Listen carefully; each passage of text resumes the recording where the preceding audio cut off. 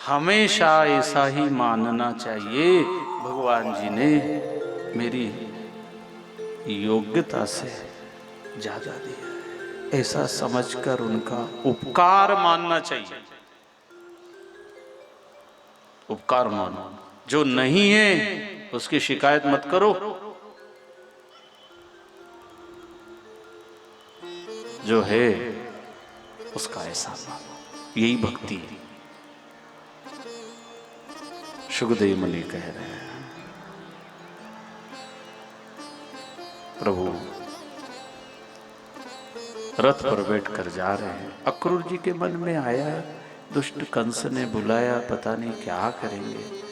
यमुना जी में स्नान के लिए डुबकी लगाते हैं तो क्या देखते, भगवान का उन्होंने असली स्वरूप देखा। जल के अंदर, जल से बाहर निकले तो रथ पे बैठे हुए दिखाई दे रहे, डुबकी लगाए तो भीतर दिखे, बाहर ईटे तो रथ में बैठे। अरे चक्कर क्या। आए और कहने लगे, सही बताओ आके तुम हो कौन। हाँ, भगवान जी ने कहा, काका जी क्या देखा, मुझे ऐसा लगता है आप साक्षात परमात्मा, आपको पहले मेरे घर चलना पड़ेगा। भगवान जी ने कहा, अभी चलते बात करेंगे। मथुरा में कंस को खबर लगी कृष्ण बलराम आ रहे हैं, उसने धनुष यज्ञ की सुरक्षा बढ़ा दी। भगवान ने सबसे पहले धनुष को तोड़ा, धनुष टूटते ही टंकार सुन के कंस की घबराहट बढ़ गई। जो धनुष तोड़ सकता है वो छोड़ नहीं सकता, वो अपनी भी गारंटी खत्म। साथ वाले समझा, अरे महाराज अभी कोबलिया पीड़ हाथी है, आप डरो नहीं, और 5 पहलवान है, चिंता ना करो, सब ठीक हो।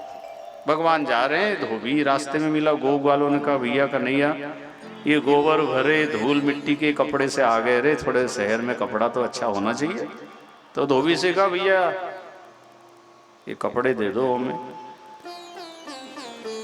धोबी भी पहचान नहीं पाया, क्या पहचाने बेचारा, यही बोला, तुम्हारे बाप दादा ने देखे ऐसे कपड़े।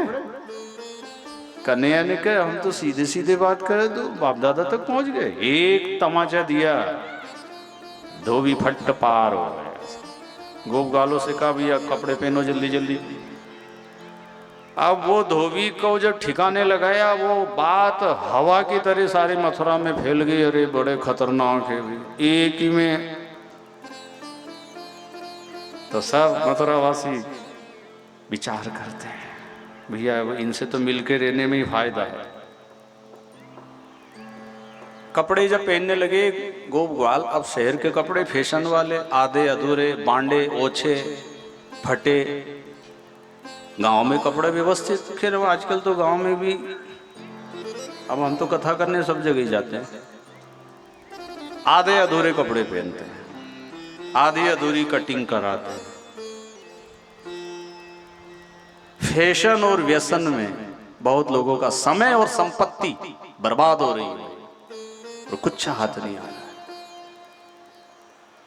फैशन और व्यसन, इनसे बचो भाई बहन, जितना जरूरी है उतने कपड़े अच्छे से पहनो।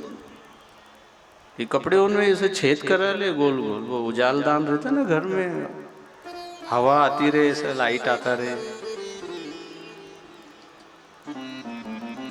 शर्म नहीं आती। अच्छा, घर परिवार के लोगों को भी नहीं दिखता कि बेटी है, बहन है, कैसे कपड़ा पहनती, बेशरम।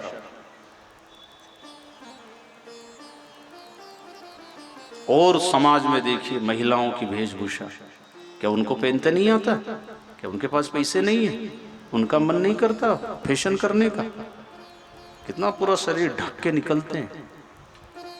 अपने अपने समाज की परंपरा है, राजस्थान में उनकी वेशभूषा, राजपूत समाज की वेशभूषा, लेकिन आज बेटा बेटियों को देखो तो बड़ा शर्म जैसी आती। जो कपड़े घर में भी नहीं पहनना चाहिए उसको पहन के बाजार में घूमने लग जाए। आंख फूटी क्या, दिखता नहीं घर के किसी को। सब जगह फैशन, सब जगह मनमर्जी।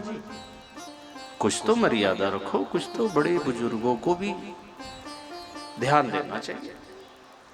कितने अपराध बढ़ रहे, कितनी घटनाएं घट रही है, कौन जिम्मेदार है उसका? आप हम सब है। उसमें गुरुओं की भी गलती है, समाज के जो कुल पुरोहित हैं, जिनको आप मानते हो, जिनकी पूजा करते हो, दान दक्षिणा देते हो और आशीर्वाद की कामना करते हो, उन साधु संत ब्राह्मणों की भी गलती है। खाली भेंट लिफाफा लेके चले गए, तुम्हारे घर में क्या हो रहा है कोई परवाह नहीं। अध्यात्म में क्या तुम्हारी दिनचर्या है, कब उठते हो, कब सोते हो, क्या कपड़े पहनते हो, क्या खाते हो? खान पान बिगड़ गया लोगों का। जिसका खान पान बिगड़ा तो खानदान बिगड़ने की संभावना है।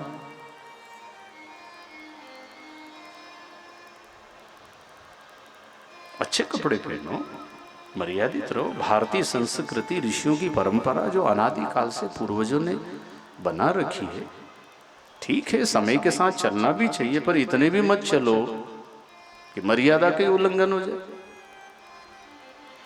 कितने माँ बाप बेचारे दुखी हैं, आज मुंह दिखाने लायक नहीं रखा उनको। कोई बेटी तो बड़ा नाम रोशन करती और कोई बेटी तो बदनाम कर देती।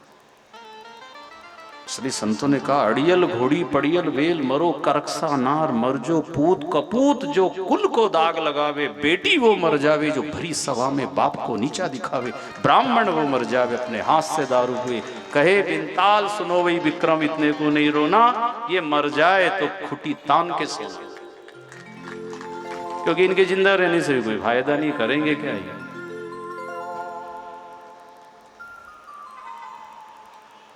अच्छा जीवन जीना चाहिए भाई। क्या फैशन में देखा देखी, उनने पहना, उनने देखा, टीवी में नाटक में देख लिया और वास्तविक जिंदगी में जीने लग गए।